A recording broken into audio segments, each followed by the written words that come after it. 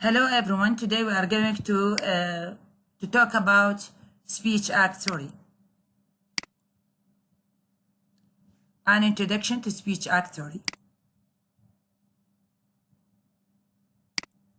The information is gathered from speech act theory presentation by Peter Fogg and from Huda et al. 2019, a pragmatic analysis of speech acts in short surahs of the Holy Quran. And actually, I depend mostly on Peter Fogg presentation. And this is the cover page for his presentation. And this is the cover page for Huda et al. Paper. Now, for the first time, we have to talk about what is a speech acts theory. Speech act theory is based on communication, examining how people communicate, and recognizing that there is more communication than simply information transfer. It also recognizes that words often do things besides simply inform or convey information. Some examples of speech acts theory taken from everyday life will include, for example, performing a wedding. When the chaplain says, "I now pronounce you a husband and a wife." The chaplain is not communicating information to the new couple, but they will understand that these words will change their situation. And now they are, in the eyes of God and others, they are a husband and a wife. Of course, it is no matter who says these words, but it should be said in the right context where these words are uttered, in order to properly interpret it. A second example of speech acts might be a blessing. When someone says, "May the Lord bless you and keep you." In such an utterance, it is clear that the author is not simply converting information, because his words stood against that. And that he doesn't say God is blessing you or will bless you and keep you. And here he expresses a desire that something might happen. Some other authors go further to say that the author, when saying this, he is not only expressing desire, but rather he tries to seek and bring about some kind of transformation in the recipient. That is, when someone is giving a blessing, he or she is doing it in order to bring about a positive feeling in the part of the recipient and actually do something in that, not simply to communicate information. Another example of speech acts is declaration of faith. Let's look or think of the statement, "Jesus is Lord." For the first glance, this might appear as an information transfer, because this is a fact that Jesus is a Lord. We accept that. But also something more is going on than simply a statement of fact. Because many times, even today, when we say Jesus is Lord, we recognize that the word does not look like Jesus is Lord. The word is in oftentimes open rebellion to the idea of Jesus' lordship. So to make a declaration that says Jesus is Lord, it is not just to communicate a truth, because it's true that Jesus is Lord, but is also to communicate or to make a statement of faith. It is bolstering the faith of both the speaker, perhaps, and also the listener. It might be persuasive to persuade someone to accept the fact that Jesus is Lord, even in the face of a situation where it doesn't look like Jesus is Lord. Well, these are all examples of speech acts where something more is going on than simply information transfer. The writer Kevin Van Hooser, 2002, says, "Interpretation is the process of inferring authorial intention and ascribing Allocationary Acts. It seems clearly here that there is a relationship between authorial intentions, allocationary acts, and interpretation. You are hopefully aware of the idea that authorial intention is an important aspect of interpretation, and that is where meaning lies. It is in the author's intended meaning.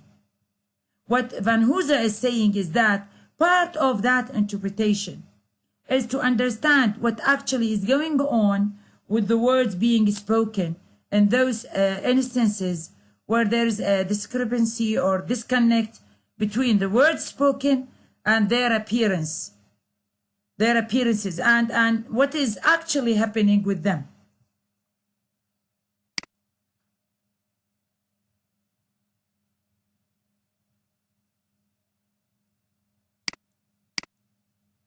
Speech act theory is very closely associated with two landmark works. The first is called How to Do Things with Words by J.L. Austin. Not only set stage for speech act theory, but it was advanced very significantly by the second work of his student, Cyril, later on. Jane Austen inspired a speech acts theory in which language is perceived as being a tool by which we can do things.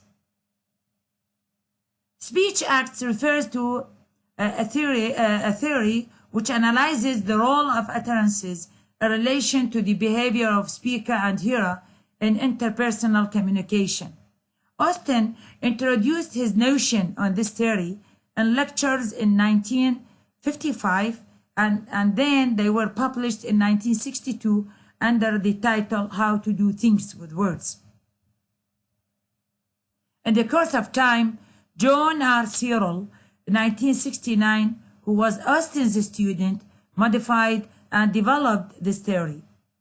Now, returning back to Austen, in this theory, Austen distinguished between two types of utterances: constatives and performatives. Constatives are utterances that are assessed according to whether they are true or false, whereas performatives are utterances that are assessed according to whether they are felicitous or not. The following examples explain the difference between the two. We went down to Como. This sentence is constative if it is said as a statement that can be assessed as true or false. The second example, I give and bequeath my watch to my brother. Since there is an action of bequeathing, this sentence is performative. He is performing something. Later, Austen has rejected the constative performative distinction and favored a general theory of speech acts, in which both performatives and constatives are considered special subcases. In this respect, he concludes that both constatives and performatives are subject to felicity conditions, in which I'm going to explain later on. And sometimes constatives and performatives cannot be distinguished even in terms of truth or felicity. Now, Austen made a distinction, another distinction between explicit performatives and implicit performatives or primary performatives. Explicit performatives are utterances that are performed by the use of performative verbs. Fromkin et al. 1996 state that performative verbs are verbs by which we do things and which make the elocutionary force explicit. On the other hand, implicit performatives are speech acts that are achieved without the use of performative verbs.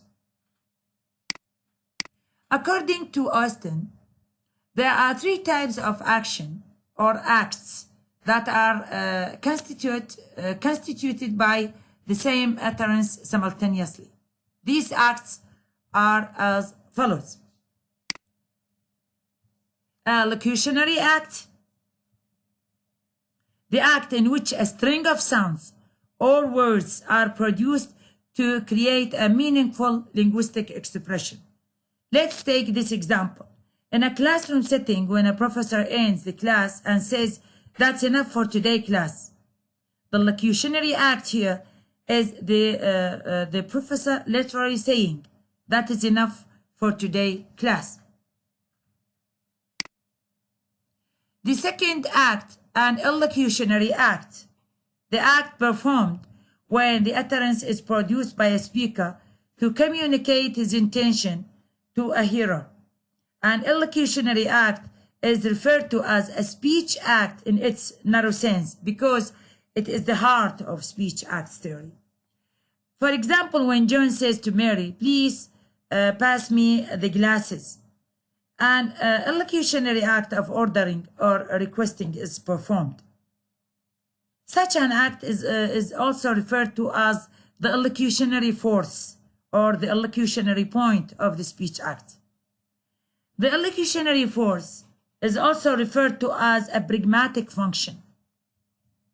Al-Sayadi, 2016, based on Cyril, 1969, and Baker, 2011, defines the Pragmatic Function as, and this is a quotation, "The elocutionary force a given speech act entails in addition to the meaning it expresses, and it refers to the embedded associative connotations of a word or an expression that carries implicit meaning." Again, this is a quotation for Al-Sayadi. Take back to the example of the professor. When the professor says, "That's enough for today, class," the intended effect on the listener is how the professor says it or conveys it, with angry tone, angry pitch, attitude, feeling, and body language, or with a happy tone and pitch, attitude, feeling, and body language. Which type of tone the speaker uses to affect the hearer. The third act is a Prolocationary Act. The act constituted when a speaker produces an utterance to make an effect on a hearer. Actually, when speaking, all the three acts mentioned above are used or performed by the speaker at the same time. But we make the distinction here between them is only for an analytic purpose. In addition, the previously mentioned distinctions helped Austin to inspire a model consisting of 5 classes of speech acts. His model is developed by his student Cyril later on. Let's return back to the example of the professor. Depending on how the professor says or conveys, "That's enough for today, class," let's take the angry tone of this. Angry tone, angry mood, and also this reflects the body language. The students' reactions to the angry tone could be inferred by the students as the teacher or the professor is now upset because of their bad performance inside the class, and this makes the professor very angry, and then he wants them to get out immediately without talking to him at all. Now, their speech acts usually depend on some velocity conditions. In other words, for an act to be performed correctly, there are certain conditions that an act should match. And Austin mentions 6 velocity conditions. I'm not going to dig deep on these 6 velocity conditions because this will require me to have 2 lectures instead. But I'm going to shed light on them on the surface. I'm going to give summary for these 6 types of velocity conditions. Actually, there are 6. They are pairs A, B, C, A1, A2, B1, B2, and C1, C2, and each 2, for example, A2 has a relation with 1, B2 has a relation with B1, and C2 has a relation with C1. So let's have a look on them, on these 6 velocity conditions. The first one, A1, there must exist an accepted conventional procedure having a certain conventional effect. So there should exist an accepted conventional procedure, and this accepted conventional procedure should have a certain conventional effect. This procedure should include uttering certain words in certain circumstances that are performed by particular people. Now, let's come to the second one, A2. These particular people and circumstances must be appropriate for the invocation of that particular procedure. Now, for B1, the procedure must be executed by all participants correctly.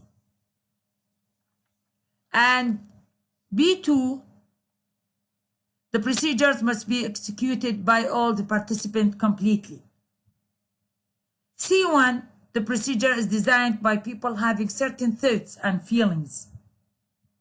So any person participating must have those thoughts and feelings, and the participants must intend to do so to conduct themselves. And finally, C2, they must actually conduct themselves subsequently. The other landmark work is taken from Speech Acts and Essay in the Philosophy of Language by John R. Searle. And in fact, it is Searle who built on the work of Austin and really refined a nuance, new ideas that Austin was raising about what speech acts are and how they function and how they are helpful in understanding the communicative events. To maintain, Searle again states that there are 3 components. He is emphasizing here the same Austin's component, 3 components of a speech acts theory. We have the locution, what is actually said. There is the allocution, what is actually meant by the said. And then there is the prolocution, which is how a listener responds. So the locution is what is actually said by a speaker. And it is important that the locutions can take any number of forms. They can be a statement or a question. Also is of grammatical variations in terms of what is being said. So these are the words that are spoken. The allocution, though, is what is verbally accomplished by what is said. Maybe we have taken this, taken it as to know that allocution is what the locution really is. That is, it is doing something perhaps different from what it appears. And this is really the heart of speech acts theory. The idea there is allocution, allocutionary effect, or there is allocution as opposed to the locution, or that potentially opposed to the locution at least. Actually, there are different types of allocutions, and they are depending on which commentator you are looking at to be characterized differently. But we will take a look at these 5 types of allocutions as associated with the work of Searle. The first one is assertive.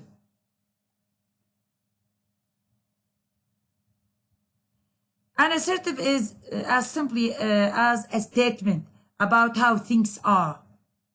This might be information transfer in a kind of utterance. Utterance, by the way, is a speech act, terms for a type of speech. And we'll talk about utterances as a written text as well. And that certainly works in terms of this because the same principles apply even to written text. But an assertive as a type of allocution is a statement as how things are. How things are. They might be on the type of information transfer. Now we will move to the second one. Directives. Second one is directives. In the directive, the speaker is trying to get someone to do something else. And that might be through the giving of commands, through persuasive speech, through invitations, and through a number of things. But the idea is that the speaker is trying to get someone to do something he or she wanted to do. Then we will move to the third type, commissives. In commissives, the speaker commits himself to doing something and does so by that utterance. For example, I promise to do this. I promise to do this is a commissive. It is not simply an information transfer. It is actually doing something. That committing someone to do something.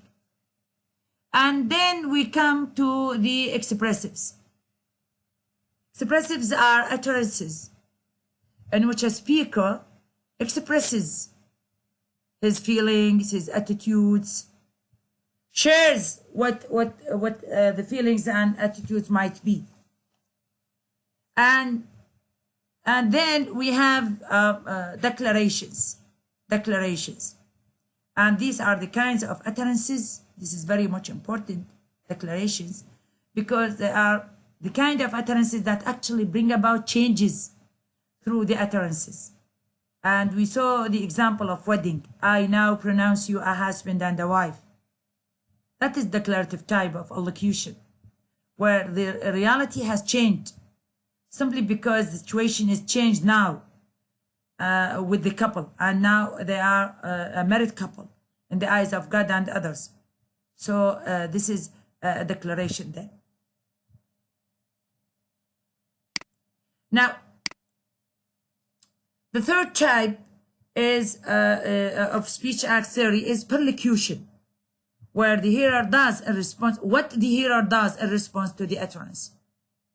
So how the listener behaves, how he responds, what does he do in response to the utterance is really the perlocution.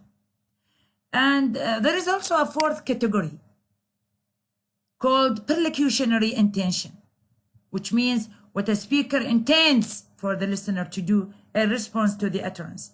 This component is not always included in the components of speech act theory. Scholars investigating speech act theory are divided as whether or not prolocutionary intention should be considered as part of the theory. And Peter Falk is with the idea that it should be. This is also my idea too. The reason for that is that prolocutionary intention refers to what a speaker intends for the listener to do in response to the utterance. That is, when speakers speak or write, they have certain desire to respond. They are not giving information transfer. They are trying to do something. And they have a desired response on the part of the listener. And that desired response certainly shapes the way in which the utterances are shaped. And so what a speaker intends for the listener to do in response to the utterance, I think, is a legitimate part of an examination of the entire speech act. Now, I think it will be helpful if we take out an example here. Actually, there are a couple of examples. One is from everyday life use, and the other, I took it from the Quran, while Peter Falk took it from the Bible.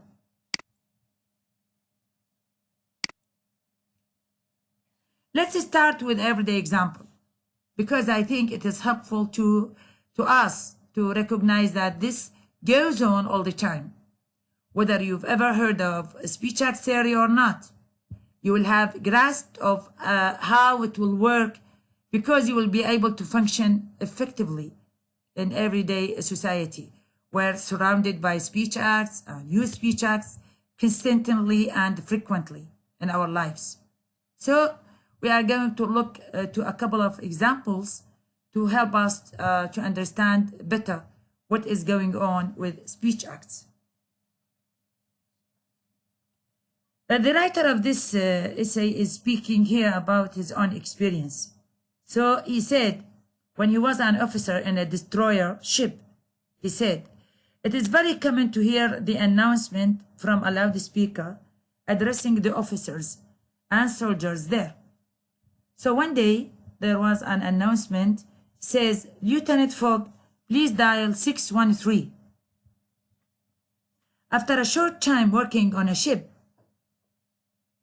and the speech is to Peter Fogg, of course, he said, I learned that 613 is the number of the captain of the ship, the commander officer.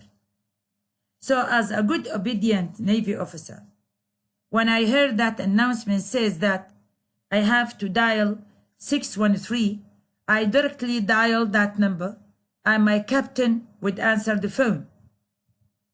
The captain might say,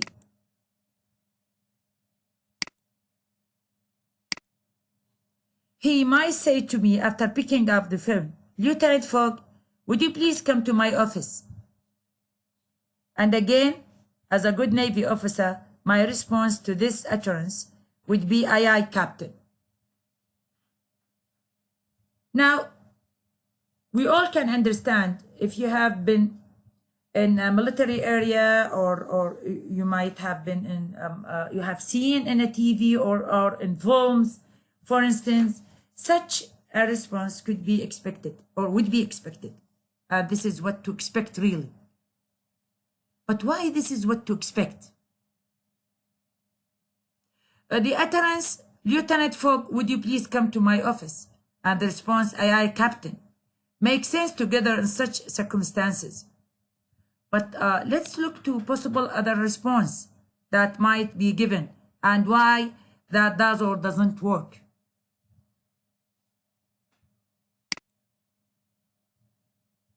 Concerning the captain's utterance, 'Lieutenant Fogg, would you please come to my office?' It will be inappropriate if I respond by saying, 'No thanks, Captain. I'm a bit busy right now.' But why it is inappropriate to give such a response? Though the utterance is an invitation, 'Would you please come to my office?' And if it is an invitation, then my response, 'No thanks, Captain. I'm a bit busy right now,' would be an appropriate response to this utterance. But we can possibly understand just in that level that it is not an invitation or request, and that it is inappropriate to answer by 'No thanks, Captain,' because of the situation I am in. And of course, the speech is for Peter Fogg.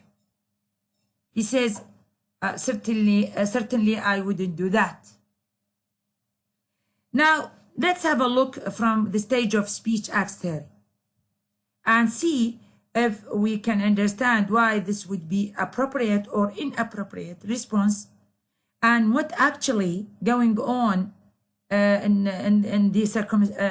the communication between my captain and me.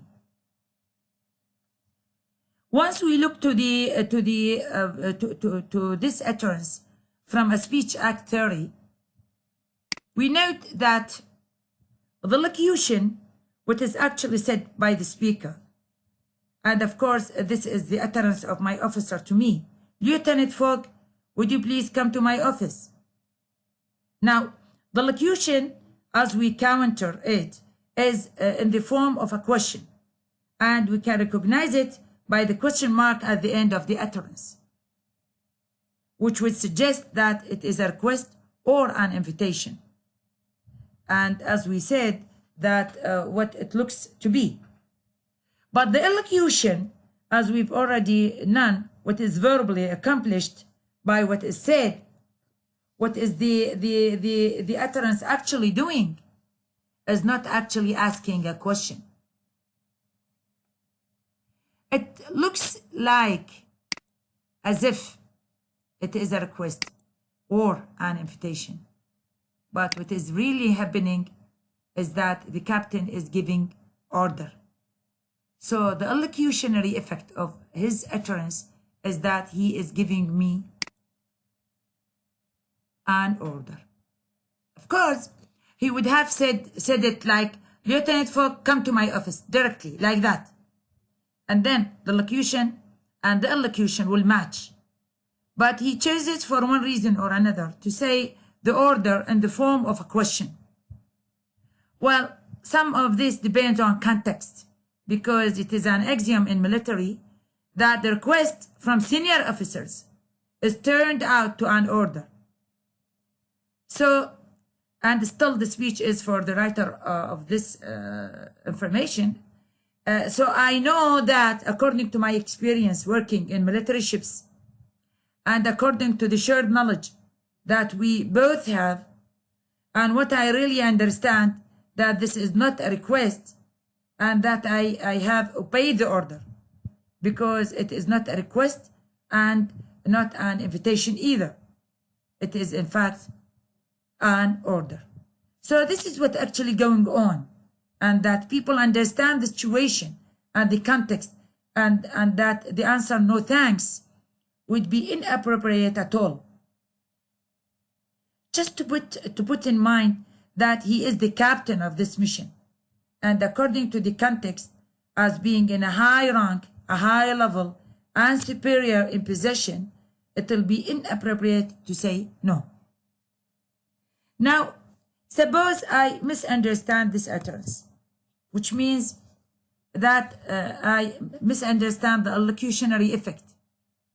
It means I'm gonna lose felicitous speech act, a happy speech act. A happy speech act is one when the listener understands the allocution. Then miscommunication will happen instead.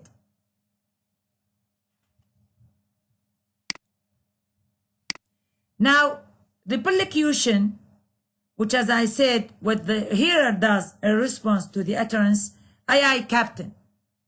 This is my response, and presumably go to my captain's statement. So that the listener's response to the utterance is the prolocution. Then the fourth aspect is the prolocutionary intention, what a speaker intends for the listener to do in response to the utterance.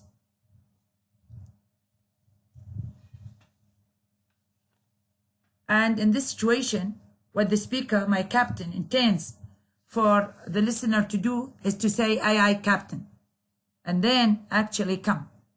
And this is where the prolocutionary intention happens. I think it is a helpful contribution to speech act theory, because it reminds us that when my captain says, Lieutenant Fogg, would you please come to my office? He has an interest in the response. He is not just throwing a request out there, or throwing information there, or doing something alike, but rather he has something he wants me to do in response. Now, we can see how things works further by looking to another example, or perhaps shifting the example slightly. Now, when I was on the ship, I had working for me a chief period officer. And the chief period officer in a Navy is a sergeant in other services. The chief period officer worked with me, and normally the chiefs on the ship would live together in an area in the ship known as chief's mess. So one day, my chief period officer called me through the FCC, and here I wrote down to you what is the meaning of FCC, and said, Lieutenant Fogg, would you please come to the chief mess? Now, in response to that utterance, I might say to my chief, no thanks, chief, I'm a bit busy right now. Now, the question is this a legitimate response? And we can all presumably recognize that it will be a legitimate response to the utterance there. Now, why it is a legitimate response in this example, why it is not in the previous one? Why it is accepted here, while it is not accepted in the previous example? This is because in this instance, the locution is in the form of invitation or request, and that's also the prolocutionary effect. That is also, the allocution is a request or an invitation. But why I consider it as a request or invitation, an invitation, and I didn't consider it in the previous example as a request or an invitation? This is because my chief is not higher rank than I am. And so it is not the case that a request from a junior person tends to be an order. That only works the other way around. That the request from a senior always tends to turn into order. So because we have the same rank, the same nature of communication, we have the same situation and the context, this would make the locution matches the allocution and then get the prolocution. And that what I've heard from my chief period officer is really a request.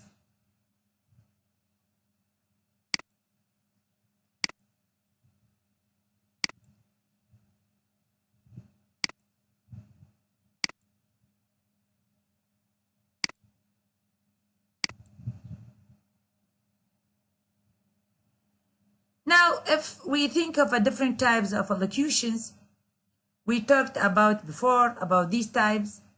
They are here in front of you. We can see that we are dealing in these two examples. We are dealing with directives.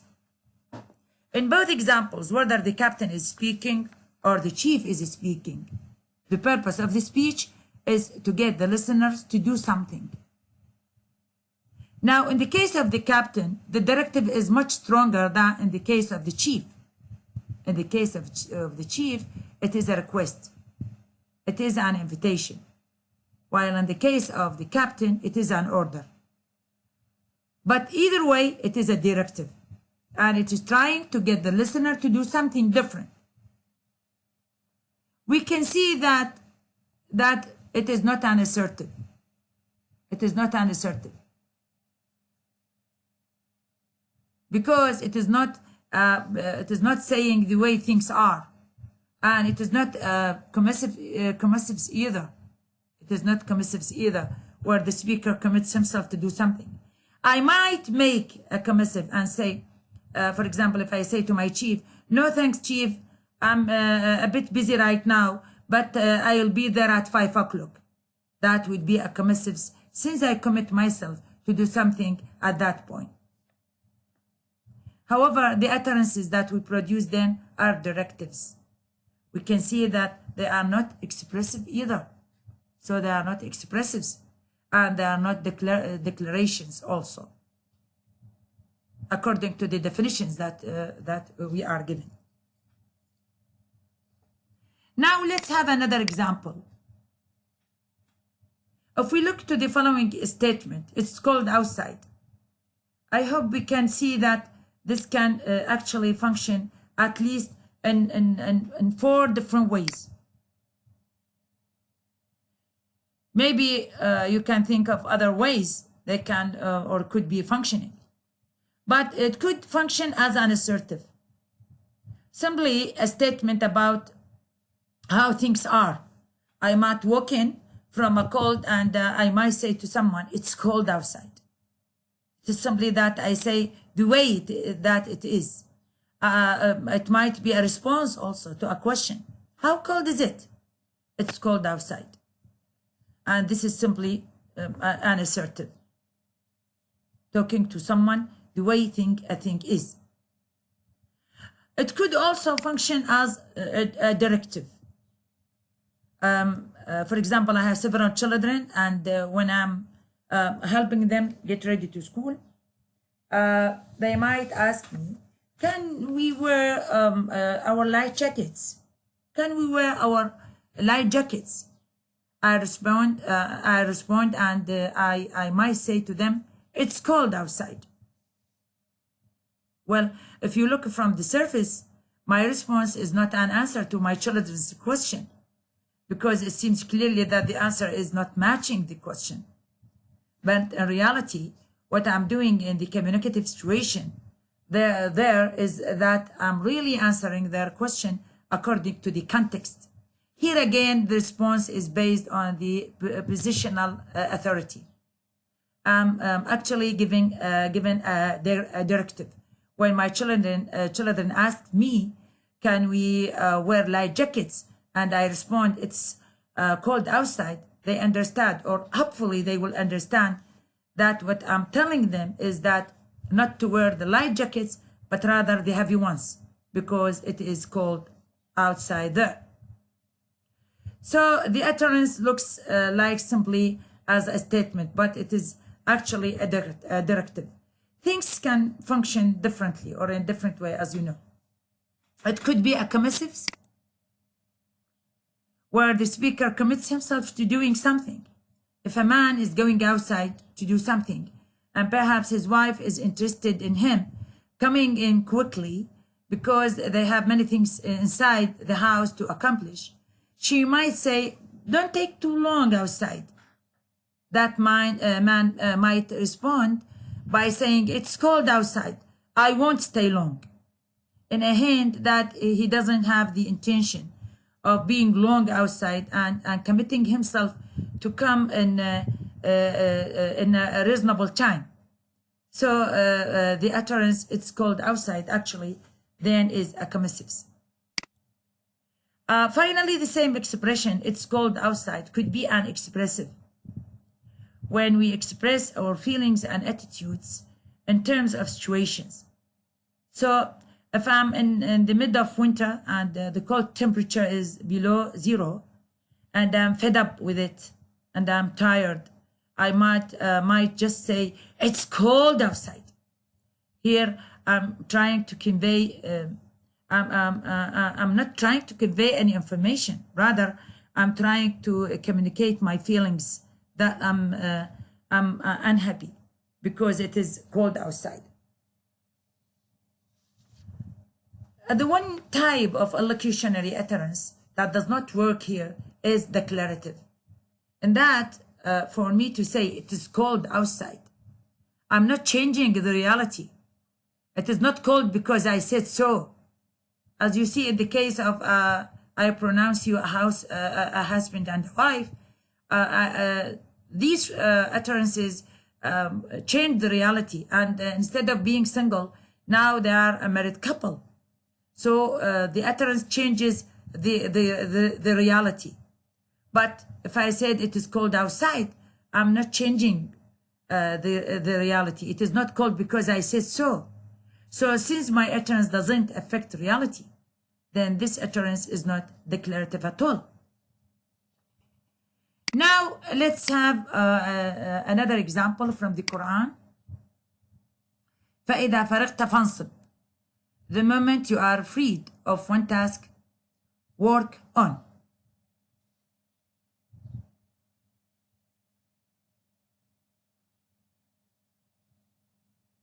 The expression فَإِذَا فَرِغْتَ فَانْصِبْ means if you, Prophet Muhammad, are free from your duties, exert yourself in invocation or supererogatory prayers. In this verse, Allah orders the Prophet Muhammad to exert the supplication of him after performing prayers as a gratitude to him for his bounties, like soothing his heart, felicitating the burden of the message, etc. Based on Cyril 1969, there is no contrast between the structure and the function of the utterance above. And it is not merely a statement Allah says to say it to the Prophet, or it is not information transfer. Allah also does not commit himself to anything, and he is not expressing feelings. It seems clearly that it is an instance of direct speech act or direct speech acts of directive of ordering pragmatic function. So mentioning direct speech act, this will let us come to what is known as direct and indirect speech acts.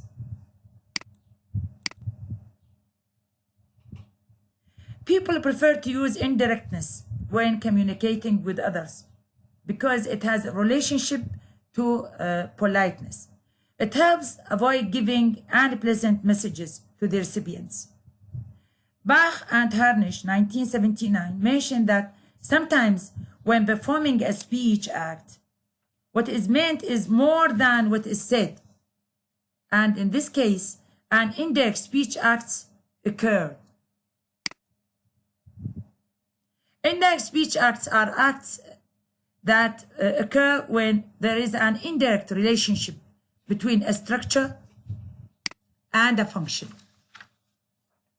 Direct speech acts are acts that occur when there is a direct relationship between a structure and a function. Searle introduces the notion of primary and secondary Allocationary Act. The primary Elocutionary Act is the indirect one, and the secondary Elocutionary Act is the direct one. In order for the speaker to successfully perform the indirect speech act, and in order for the hearer to understand both primary and secondary Elocutionary acts at once, they need shared knowledge. In addition, the hearer must be able to infer what the speaker means. Searle provides an example of primary and secondary Elocutionary acts.